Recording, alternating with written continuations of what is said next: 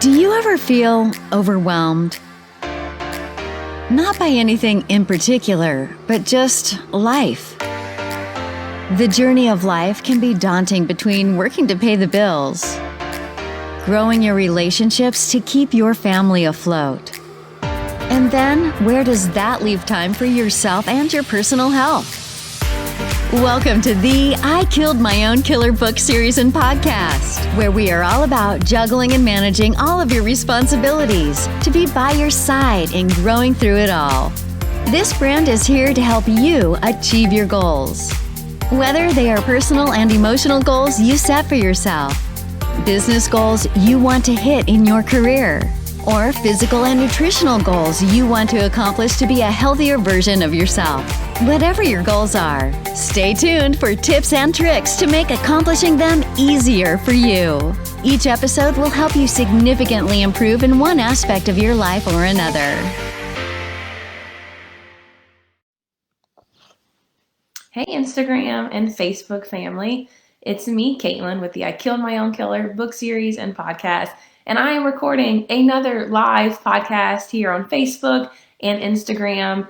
And for me personally, this may not be the prime fit because of just how the analytics work and who's live right now. But it's what works for me because my son is at school. It's when I get most of my work done. And my virtual assistant, she goes ahead and she records everything and then publishes it to the actual podcast on Apple, Spotify, and YouTube. So if you're not able to check this out via Instagram Live or Facebook Live, be sure to subscribe to the I Killed My Own Killer book series and podcast. That way you can stay up to date on all the awesome podcasts that's published. Right now we are in season 2 and we've been releasing a new one each week. And they are geared to help you grow in a specific area of your life.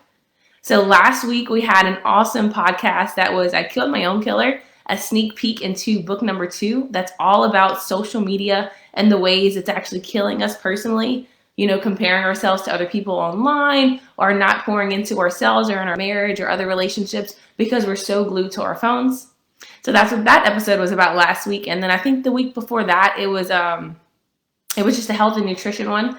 And if you look at season 1, there's so many different topics in there. There's spiritual growth, financial growth, just anxiety and mental, emotional growth that we all need coming out of the pandemic or going through the pandemic. That's whenever it was recorded. So definitely subscribe to the podcast so you can get all of those goodies and stay up to date on all the awesome podcasts that are to come for the future. In today's podcast, I'm talking about book number 1, I Killed My Father's Killer, How What You Are Eating Can Be Killing You Too. So for those that don't know, I wrote this coming out of my vegan journey. Whenever I was 9 years old, my dad, he died of a heart attack, and his dad died of a heart attack. So going through college, I started to think, why was my family's heritage or lineage set up to where we can barely make it to our 40s?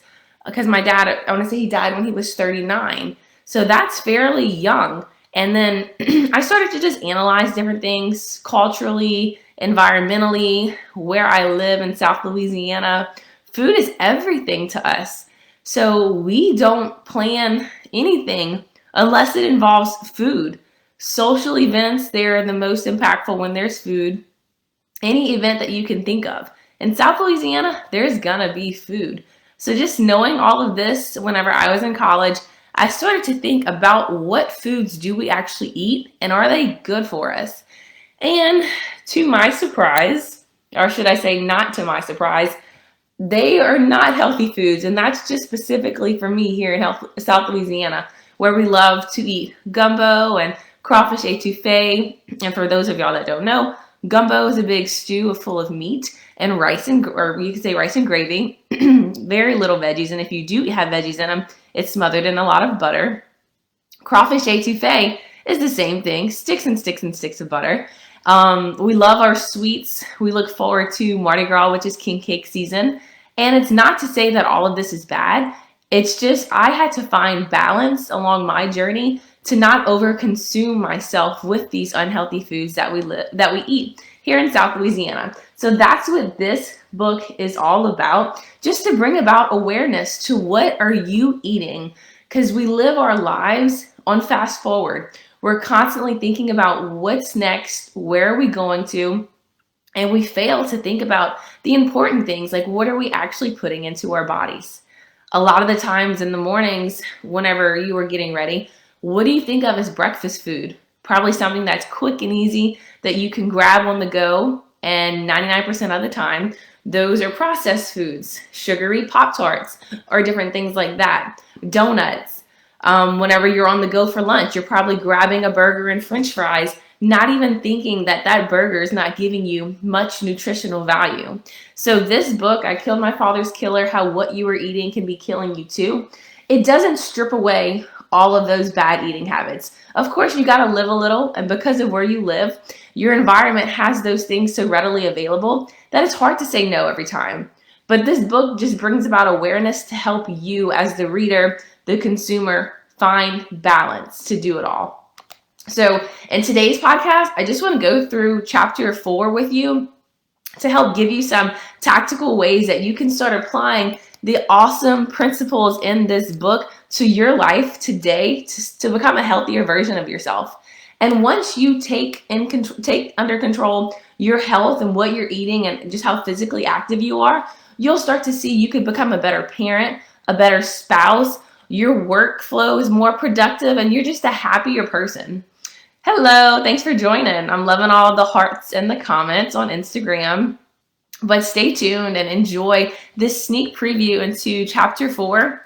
And chapter 4 is kind of one of the funnier versions or funny snippets of my book, because when you open it up, there is no chapter title. The title is P, so it leaves my readers hanging like, what the heck is this? Is this even a real book? But P is an acronym, and it's an acronym for many things that can help you remember how to keep this principle in my life every single day, because I hate when things have to be complicated. So obviously I dumbed it down to the letter P to make it as simplistic as possible.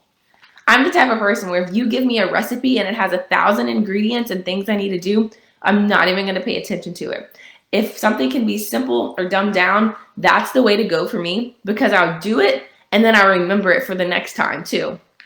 So starting off in this chapter, the first P that I say is planning.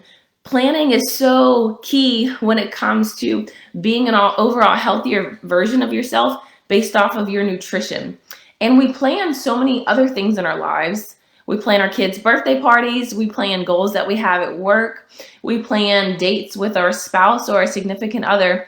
So why can't we plan things for our health and nutrition when that's going to project the longevity of our lifetime? Like, that's so important. So planning things for your health is key. Planning will save you the headache and the calories of just binge eating whatever is available in front of you. I can testify to that significantly. And planning means you take the time to go to the grocery store and you stock up your home with fresh, wholesome, healthy choices.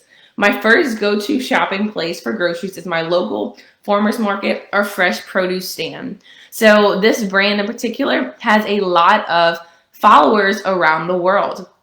I know we have people in India, Canada. I'm based in the US. So for me, a farmers market is something where local farmers, they go and they drop their produce there. It's cheaper, it's healthier. So that's the first place I go to whenever I grocery shop. I'm so happy that y'all are commenting that you love farmers markets. Yes, I'm glad I'm not alone. Farmers markets are amazing. And when you look at my grocery shopping, if I spend, let's say we look at it on a scale of 100%, I will spend 70% of the time at the farmers market getting whatever I need to get from there, because then that means the remaining 30% is just left on stuff that I need to get at the grocery store, like meat.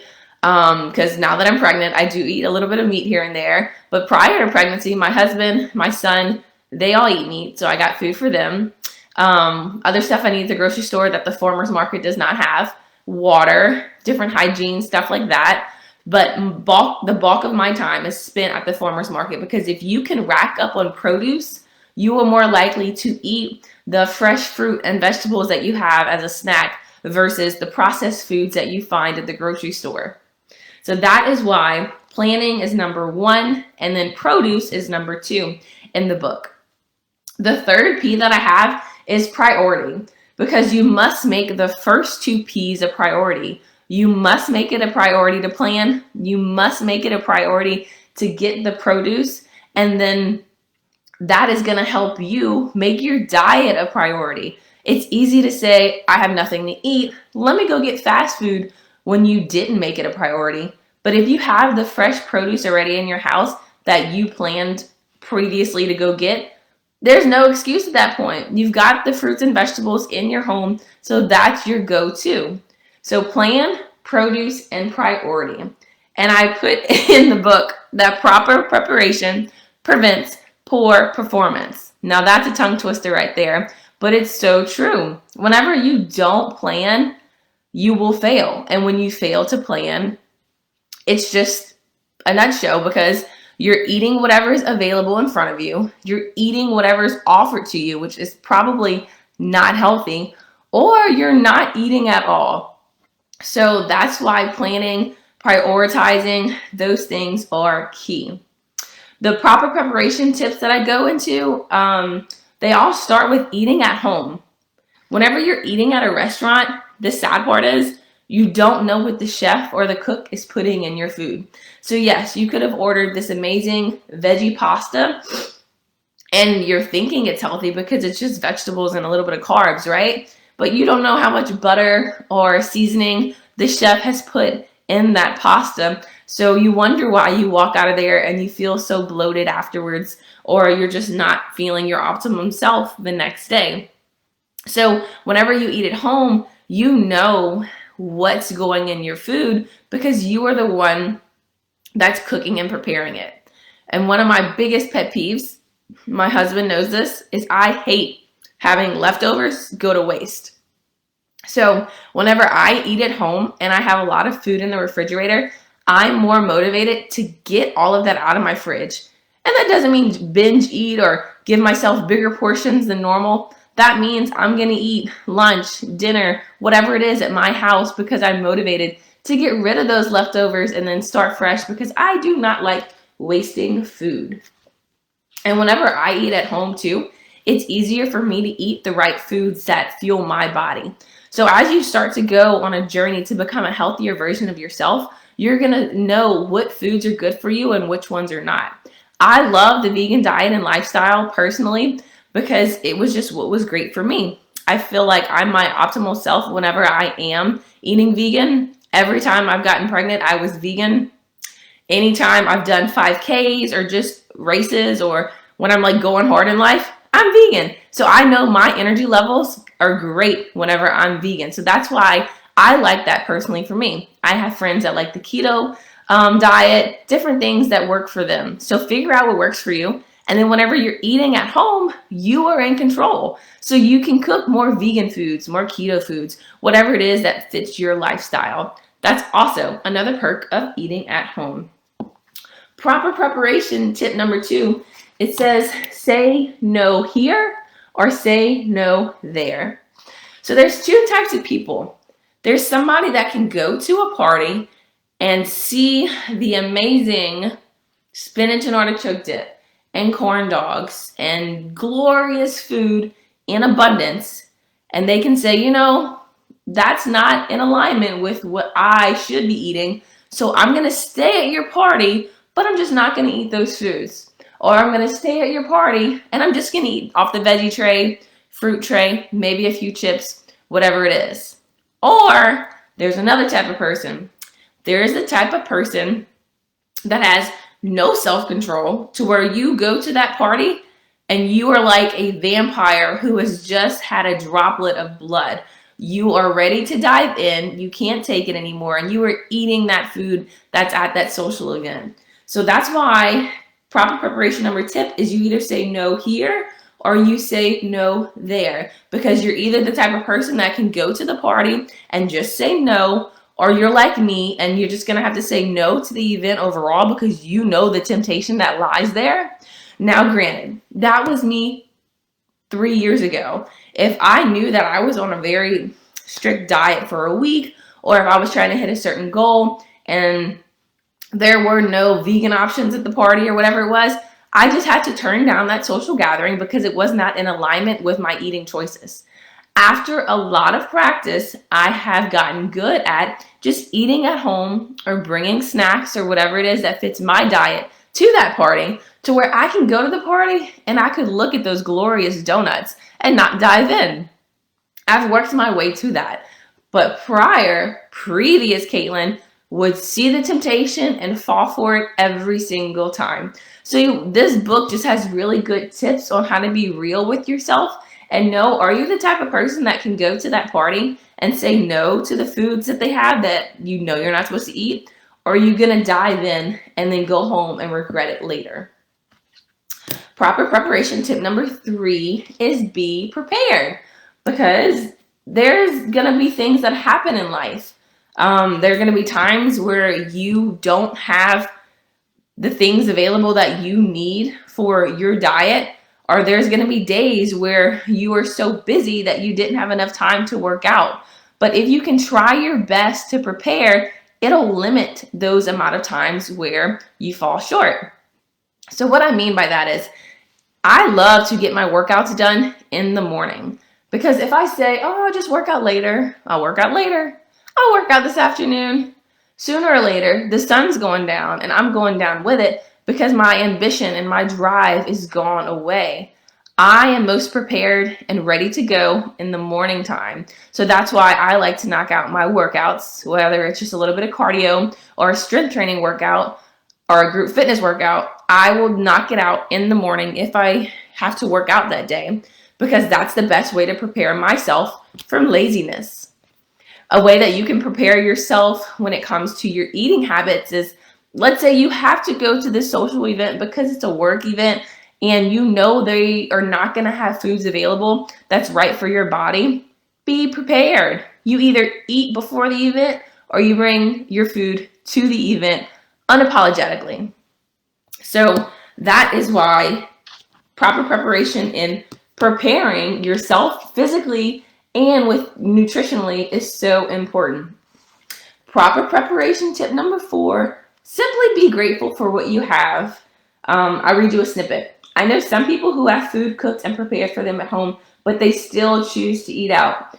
From an emotional standpoint, think of all the hungry children elsewhere that wish they could have what you have. Seriously though, I have friends and family that has food at home in the fridge or meals planned for them for a week, but they're still eating out on the road.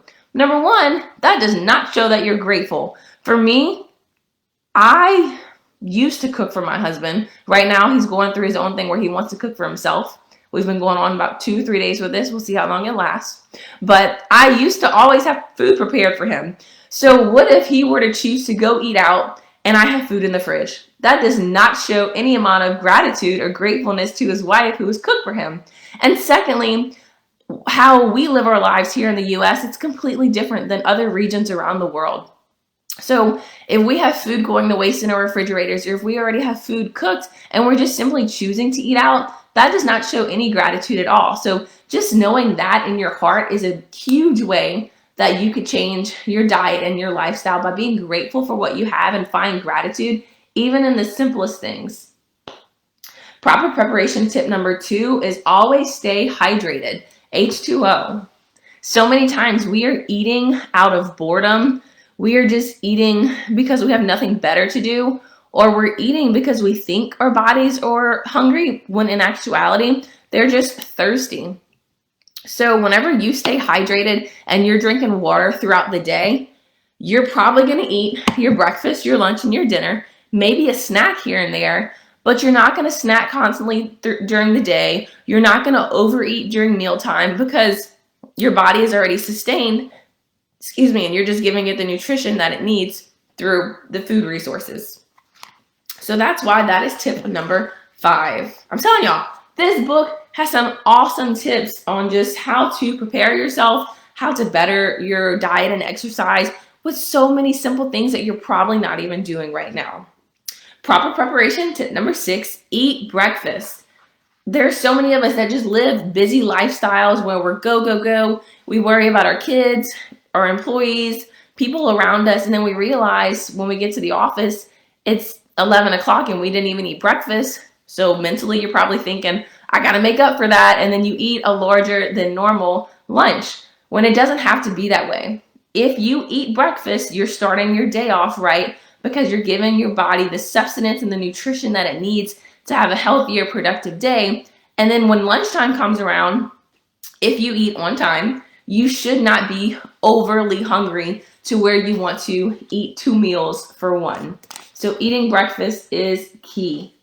The next tip that I have is portion control, which kind of follows if you eat breakfast, you're going to know how to portion out your lunch and your dinner because your body's going to tell you. So I have a lot of really good tips in here about portion control too, just because here in the US, we like to follow a lot of the food pyramids and things like that, where whenever I follow what's supposed to be good for society and their bodies, I learned that it was actually killing me. Whenever I would have too much dairy or too much protein, I was not on track with my weight loss goals, with my toning, or anything. So I learned that I had to fill my plate with more fruits and veggies and whole grains versus so much protein and meat and carbs that were just making me feel very lethargic after I ate them. So portion control is a huge preparation tip that you can use in your diet and weight loss. And it's something that's honestly not taught. I know plenty of people where you go to a restaurant and you look at the plate size that's like the size of your hand, and it's astonishing, where that may be a good thing, because whenever you get a plate and it's huge, you're more than likely going to fill that entire plate up instead of drinking water when you didn't need to eat that much food and you just overeat in the end. So those are some ways that you can help with your portion control. Smaller plate sizes, drink plenty of water, and contrary to what your parents probably told you about eating everything on your plate, it's okay if you don't. For me personally, if I don't eat all of my lunch, I will save the other half for dinner versus overeating at lunch, feeling tired, not able to finish my day as strong as I wanted to, and then eating again at dinner time. So a lot of, the last P that I have on here is just having a paradigm shift on how I look at weight loss, how I look at nutrition, and just how I look at my body personally. Just shifting the way I looked at that really helps me become a healthier version of myself. Because so many times we'll compare ourselves and we'll say, I want to look like this person, so I'm going to go on a diet. Or I want to look like that person, so let me start exercising a lot. Where when you have a paradigm shift about yourself and you just fall in love with yourself, it's going to internally motivate you to become a better version of yourself because you've tapped into who you truly are. So in this book in chapter 4, I have really good nuggets and details on how to actually make that happen and how I did that for myself in 2016. And then the last P that I talked about is perfection. Throw it out the window. Perfection does not exist. And I talk about that in this book. Like, there were days when I told myself, yes, you're pursuing the vegan lifestyle. And then when I was living in Atlanta, I would travel home to Louisiana and there were no vegan options. So I would have to eat whatever was available in front of me, using the right portion control, drinking my water, preparing myself, with all those great things involved. But I would be like, man, I didn't perfectly hit the vegan lifestyle today. I'm a failure. My diet is out the window, blah, blah, blah. But once I got a hold of the fact that perfection does not exist, it helps me wake up every single day, giving myself grace, knowing it's okay to strive for perfection, but I will never be perfect, and that is okay. So that's why the last P in chapter 4 of this book talks about perfection, how it's not even a real thing. So throw it out the window to become a better version of yourself. And then chapter 5 talks about your environment. And whenever I started writing this book, I was living in Atlanta. So it was so easy to be motivated and work out there. I mean, whenever I first moved to Atlanta, There were people working out outside any time of the day. When I arrived, there was this guy doing pull-ups on like the stop sign. There were runners with six packs.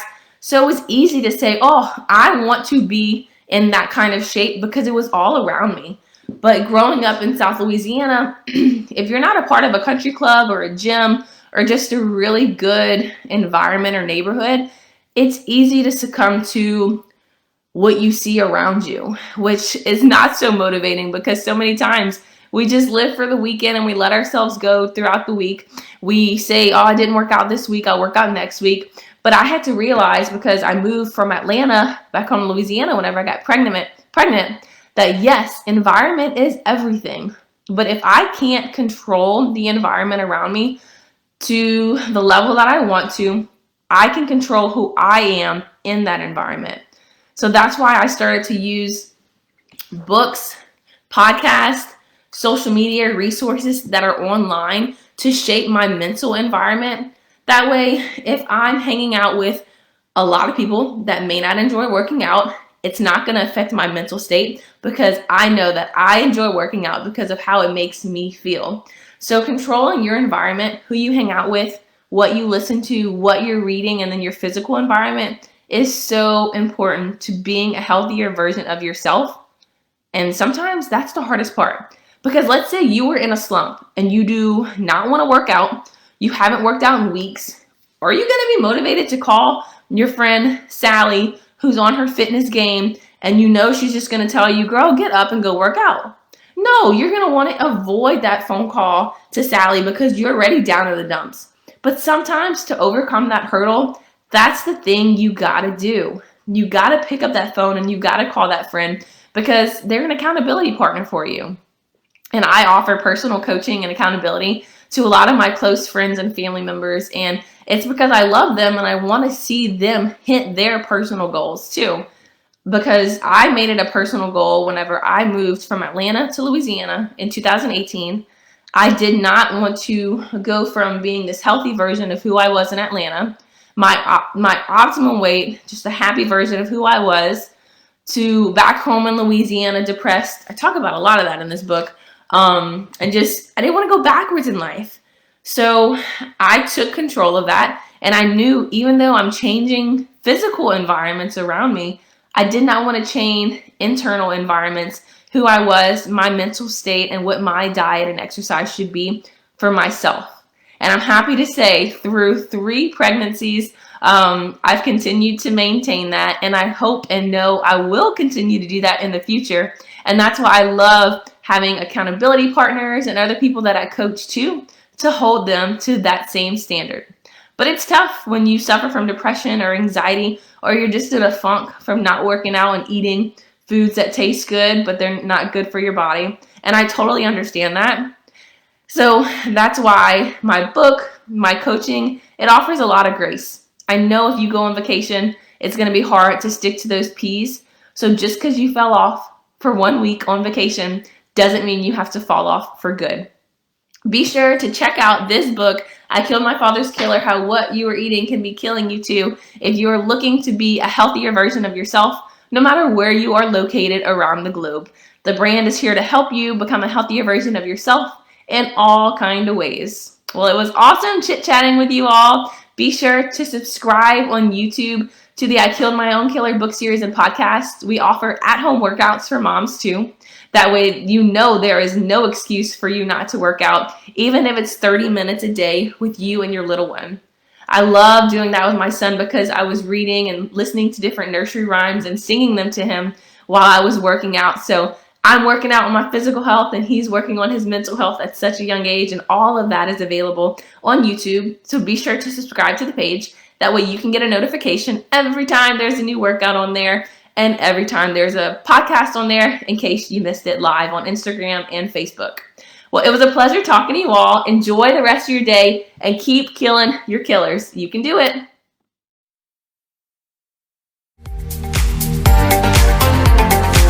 Wow, how about that episode? I know you are motivated to kick your butt into gear and become a better version of yourself from this experience of the I Killed My Own Killer book series and podcast. The crazy title of this podcast comes from the original personal development book series. Each book will transform you even more than listening to this podcast. Each book takes a deeper dive into how you can better yourself physically, mentally, emotionally, financially, and even spiritually. Continue your journey of personal growth by being a part of the amazing personal growth book series that is written in a fun fiction way with in-depth journals concluding each chapter. What are you waiting for? Go order your book at www.kfoxworth.com and join the Facebook community in the private Facebook group named I Killed My Own Killer book series and podcast. You don't want to miss out on the full trifecta experience, including the books, the podcast, and the mastermind community in Facebook groups. Keep your personal growth burning desire on fire and be part of it all. It all starts here. So thanks for listening to the podcast and stick around for more great episodes to keep you growing in all areas of life. You are killing it.